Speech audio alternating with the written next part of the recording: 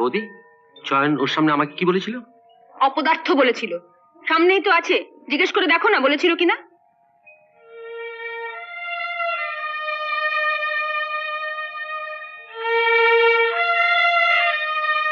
বুঝলে বৌদি, সেদিন চয়ন আমাকে অপদার্থ বলেছিল, সেটা শুনে আমি খুব রাগ করেছিলাম। আজ মনে হচ্ছে সত্যি সত্যি আমি একটা অপদার্থ।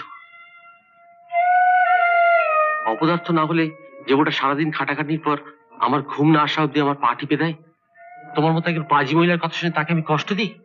কি? আমি পাজি মহিলা? বড়দাকে কি জিজ্ঞেস করো, বড়দাও তাই বলবে। চয়ন, তুই আমার উপর রাগ করিস না রে ভাই। এই সংসারে একটা টাকাও দিতে পারি না, তাই বড় বৌদি আর বাবাকে আমায় তেলিয়ে চলতে হয়। কি বাজে বকছিস মেজদা? টাকাটাই কি সংসারে সবচেয়ে বড় হলো? বড় ছোট বুঝি না ভাই, তবে বড় বৌদি আর বাবার হাত থেকে ময়নাকে বাঁচা, না হলে ও বাচ্চারি খাটতে খাটতে একেবারে মরে যাবে। বৌদি, তুমি একটু ঘরে যাও তো, আমি এদের সাথে একটু প্রাইভেট কথা বলবো। না না, দিদি যাবে কেন? দিদি তুমি এখানে বসো। বসতে আমার বই গেছে, তবে অনেক বর দেখেছি, বাপের জন্য এমন হাঁদা কাবলা বর আমি দেখিনি। ছি!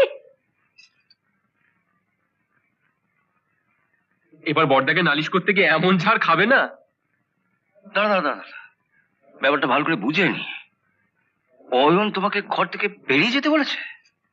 না না, মিথ্যা কথা। হয় চয়নকে ডেকে জিজ্ঞাসা করো না, ওর আর ময়নার সামনে মেজো ঠাকুরপা আমাকে ঘর থেকে বেরিয়ে যেতে বললো। ডাকো ডাকো, জয়নকে ডাকো ডাকো ডাকো।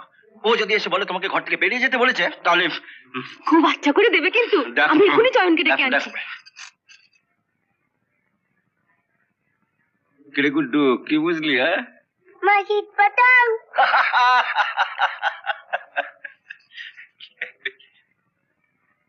বড়দা দেখেছো? হ্যাঁ হ্যাঁ। অয়ন মলিকে ঘর থেকে বেরিয়ে যেতে বলেছে? না না, আমি জানতে চাই ঘটনাটা সত্যি কিনা। হ্যাঁ সত্যি। দেখলে তো, এবার মেজো ঠাকুরপাকে ডাকবো?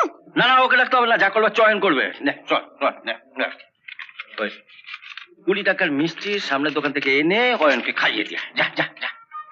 কাকে? অয়নকে।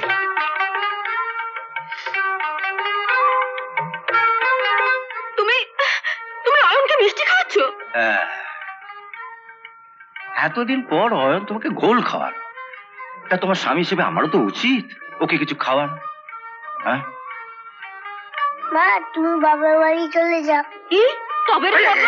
এই, এই, এই, এই, এই, good, good, good.